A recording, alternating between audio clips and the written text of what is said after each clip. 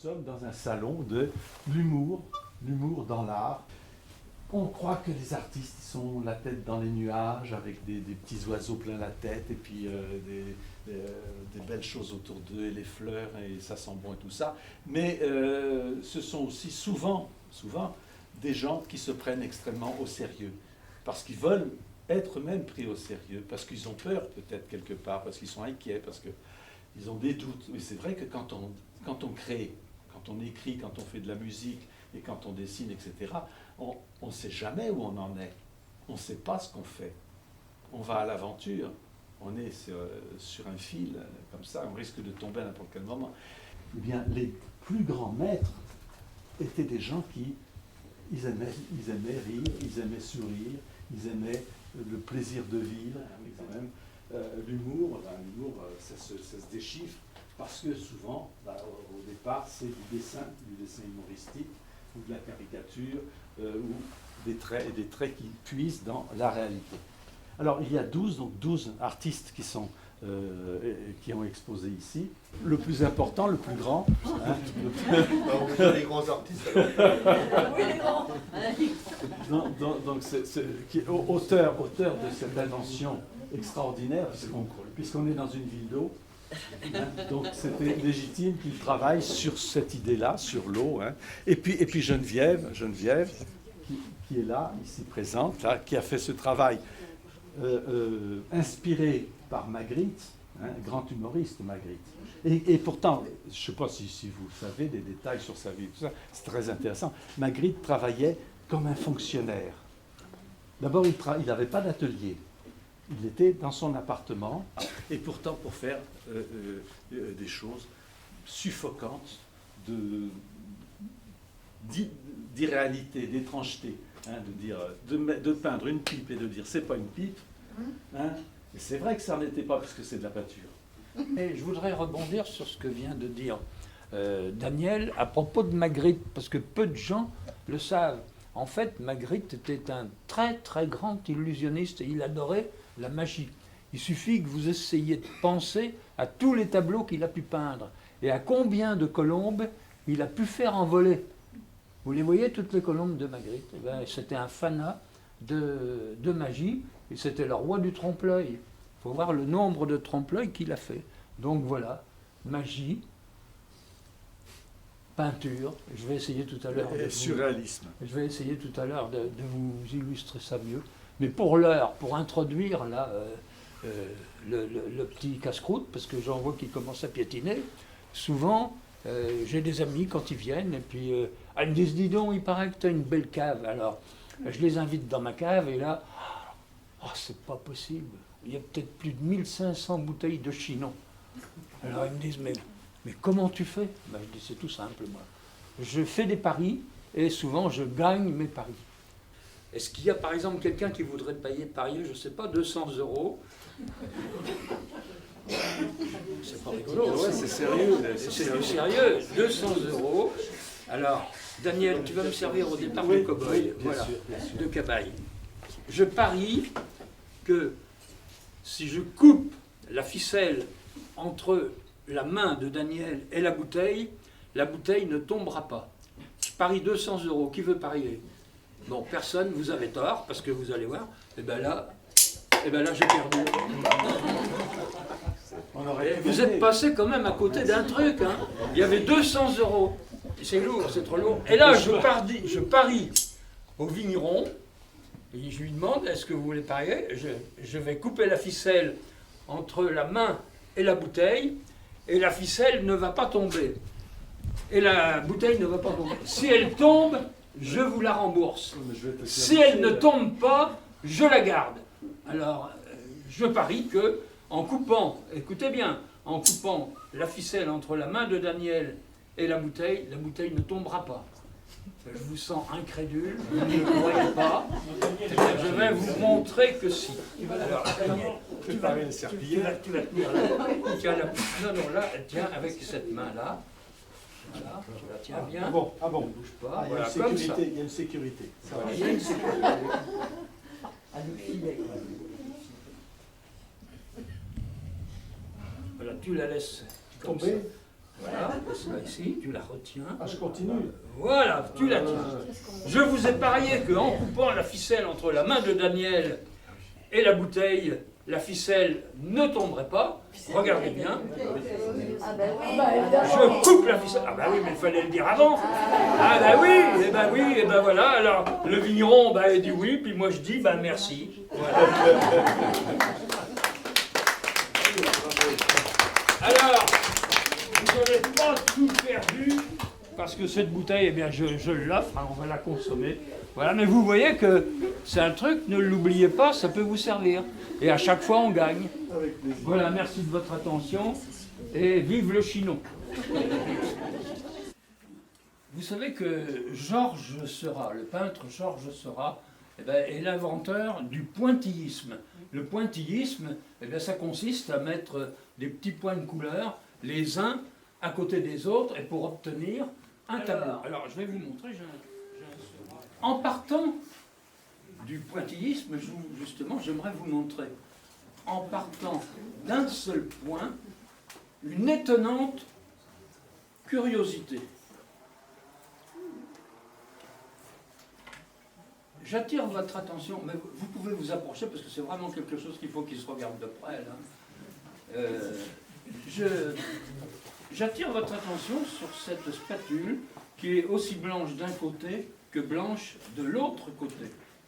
Et je vais dessiner un point de ce côté, comme ceci. Et ce qui est extraordinaire, c'est que par mimétisme, on le retrouve de l'autre côté. C'est quand même étonnant. Alors ça, un point plus un point, ça fait 2 points. Et si je dessine un deuxième point. Oui, mais derrière, on l'a pas vu aussi. Derrière. Il était derrière. Non, il était. Ça y est, tiens, tu vois.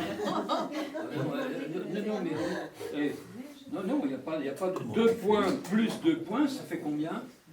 4. Ça fait 4 points. Ouais. Ah, est-ce qu'avec 3 points, on arriverait au même point? Je pense, puisque 3 points plus 3 points, ça fait 6. Allons-y, Je compte sur les déjà doigts. tous à moitié. 3 points plus 3 points, ça fait 6 points. Ça, c'est la vision des matheux. Mais les littéraires, comme madame, je crois que vous êtes littéraire, madame, vous avez dit, eh bien, vous ne l'avez pas dit que 3 points plus 3 points, ça fait 6 points, mais là, les littéraires ne voient pas du tout ce que les matheux voient. En revanche, ce qu'ils voient, c'est le point de suspension, le point d'interrogation. Parce que les points de suspension marquent justement une interrogation, etc. Voilà. Et alors, le point d'interrogation, ce qu'il y a de bien, c'est qu'on le voit aussi bien d'un côté que de l'autre. Alors écoutez, on va arrêter quand même de se poser des questions et on va revenir aux points de suspension qui sont aussi bien d'un côté que de l'autre. Si j'efface un point ici, ben, automatiquement il s'efface de l'autre côté. Mais si je fais souffler le maître, regardez-moi, voulez-vous souffler? Hop, on revient au point d'interrogation. Alors lui, on va vraiment l'effacer. Et puis maintenant, qu'est-ce que je fais? Hop, hop, et hop, je reviens avec les 2 points. Moi aussi. Et puis là, alors là, je sais qu'il y a des gens qui disent, bon ben, son truc c'est bien gentil, mais on aimerait bien voir. Alors il y en a qui aimeraient faire le point. Comme Colette, vous sentez là vraiment envie de faire. Alors, tu examines cette spatule. Voilà. J'attire ton attention quand même au niveau du manche. D'où la fameuse expression, ça branle dans le manche. Là, il n'y a rien à voir. Là. Ils ne sont pas pareils. Hein. Ben non, ben, oui, mais enfin, à l'impossible, nul n'est tenu. C'est déjà pas mal de faire sauter. Alors, mais non, c'est pas pareil. Alors, et là, je viens de Et l'enlever. si Qu'est-ce que t'en j'efface, dis? moi? Et si j'efface, moi? Ah ben, je vais te faire effacer. Tiens, mais souffle, je vais te faire souffler déjà. Et de l'autre côté? Ben, souffle. Non, mais de l'autre côté. Ben, voilà. Eh oui. Alors allons-y, soufflons là. En dessous, en dessous. Soufflons là. Oh, je suis gentille quand même. Hein. Bah, pas tellement, je trouve. Hein. J'ai déjà connu mieux. Il n'y a pas de souffle.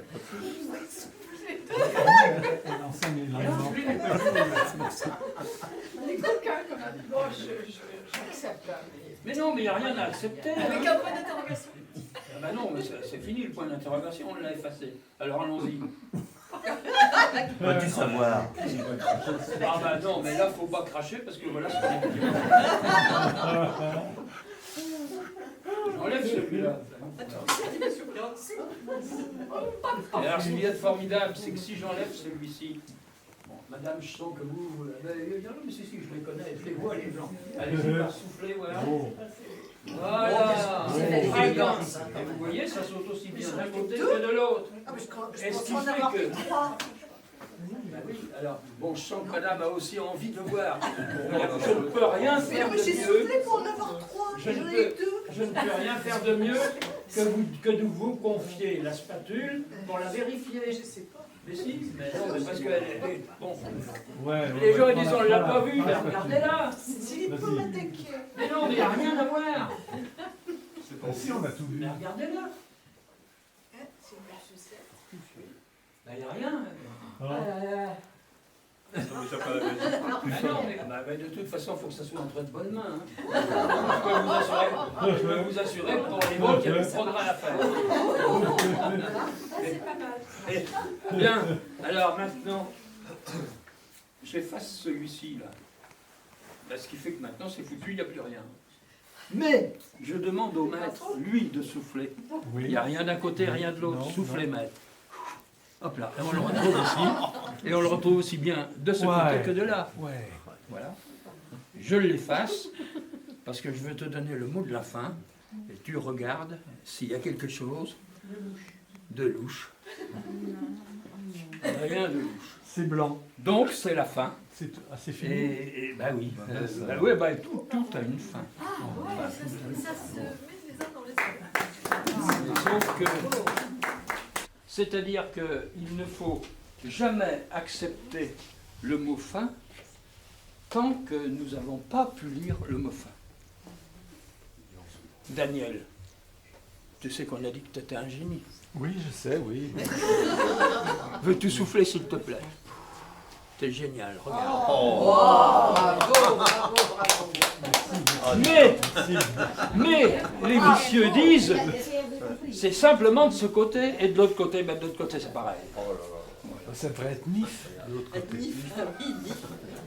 Je vous remercie de votre attention. Bravo. Alors, pour en revenir à Daniel, figurez le maître est là. La meilleure façon, c'est de vérifier si vraiment c'est un génie. Daniel, est-ce que vous voulez bien vous avancer? Et qui veut défier le génie Daniel? Un homme, une dame, ça n'a pas d'importance. Alors là, Daniel va se soumettre à une expérience extraordinaire, extrasensorielle. Vous allez voir ce que c'est. Alors, qui veut participer à l'expérience? Daniel, ils ont tous peur de toi. Je les comprends. Ouais. Alors, on l'applaudit très fort. Je vais encore me faire avoir. Mais non, passez à ma droite là. Passez à ma droite. Cet homme est courageux. Alors, il s'agit Pas téméraire non plus. Hein. Ben d'accord, mais justement, il s'agit d'une expérience extrasensorielle. Alors, vous allez mettre vos mains derrière le dos. Oui. Dans une de vos mains, voilà celle-là par exemple, oui, je vais déposer un objet et vous allez, s'il vous plaît, nommer l'objet. Oui. C'est quoi comme objet? Un bouchon. Hein? Un bouchon. C'est pas possible. Mais il manque la bouteille. C'est extraordinaire, montrez-le. Montrez. Ben, c'est formidable, vous voyez. Ce monsieur a trouvé un bouchon. Pourquoi? Parce que sa main a transmis la sensation du bouchon à son cerveau, et monsieur a pu nous dire, c'est un bouchon. Mais il y a autre chose qui se cache derrière ça, c'est peut-être aussi que monsieur est un grand amateur de grand vin. Non? Quand même. Bien. Alors, maintenant, vous allez participer à une expérience assez inédite. Vous voyez que dans cette boîte, en fait c'est une boîte où il y avait une chemise. Et il y a des cartes avec des noms de peintres écrits au dos. Là, j'aperçois Sampé, j'aperçois... Alors, à partir de maintenant, je ne touche plus à rien. Parce que je ne veux pas être accusé de tricherie ou tout ça. Regardez bien. Je mélange le dos. Et je peux vous dire que c'est efficace. Maintenant, je vais ouvrir la boîte. Je vais tourner le dos. Vous allez prendre une carte que je ne vais pas voir. Allez-y, prenez une carte. C'est fait. Non, il a du mal. C'est fait? C'est fait. Bien. Monsieur, voici un stylo. Vous allez mettre votre nom, une croix, ce que vous voulez, sur la face de la carte. Parce qu'au dos, normalement, il y a le nom d'un peintre. Est-ce que c'est fait?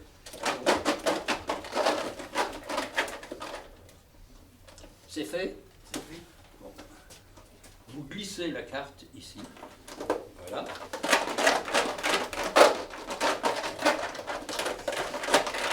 Je brasse.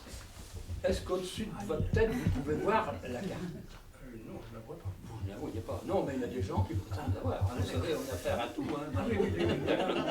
Bon. Daniel, cher maître, est-ce que vous voyez la carte? Non, vous ne la Non, voyez pas. rien du tout. Alors, Daniel va donner la main à ce monsieur, la main qui a choisi la carte. Vous pouvez poser votre stylo. Le mec qui a choisi, C'est fait. Est-ce que vous sentez une petite vibration là? Non? oui. Très bien, vous pouvez lâcher, ça vous fait rire, mais vous allez voir que ça ne va pas rigoler longtemps. Daniel, je vais mettre la boîte au-dessus de votre tête. Alors, attendez, il faut qu'on puisse l'ouvrir. Voilà. Vous m'ouvrirez la tête. Ah oui.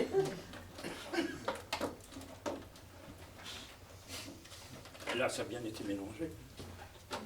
Vous allez glisser votre main à l'intérieur de la boîte et prendre la première carte que vous trouvez. Oui. Allez-y, vous prenez une carte. Pas de risque. La santé, là. Vous l'avez? J'ai une carte. Bon, vous Tiens la une prenez. carte, je la prends. Voilà, vous ne la montrez pas. Je la montre. Ne la montre pas. J'espère pour le génie qui est à côté de moi. Non, c'est monsieur. C'est la bonne carte.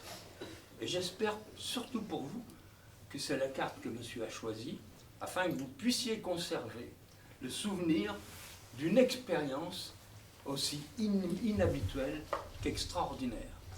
Tenez, monsieur, vous allez lire le nom de la carte que Daniel a choisie et vous allez le lire comme ça et vous allez nommer le nom de l'artiste. Et après avoir nommé le nom de l'artiste, vous prenez la tête comme ça et vous criez « Je n'arrive pas à y croire ». Allons-y voir si c'est la bonne. Alors, Degas, Oui. je n'arrive pas à y croire. Ben oui, vous êtes sans voix. Et voilà ce que fait un génie, faire un génie, prendre une carte au milieu de toutes les autres. Je crois qu'il a mérité vos applaudissements. Là, vous êtes là, on sent, vous êtes scotché. Vous êtes scotché. Alors, bien pour terminer, mon cher Daniel, en souvenir de cette merveilleuse soirée, voilà. Attends, tu peux la garder ou la donner. C'est comme vous voulez. Et là maintenant, souvenir. Voilà, vous allez remporter des belles cartes comme ça chez vous.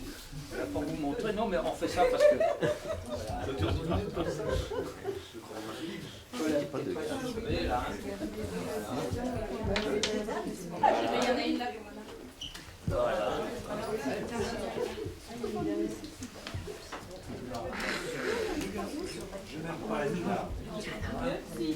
Il n'a pas choisi la bonne. Oh, j'aime pas. Tiens, ben, Daniel, prends-en, offre-les à tes amis. Voilà, tu prends le paquet.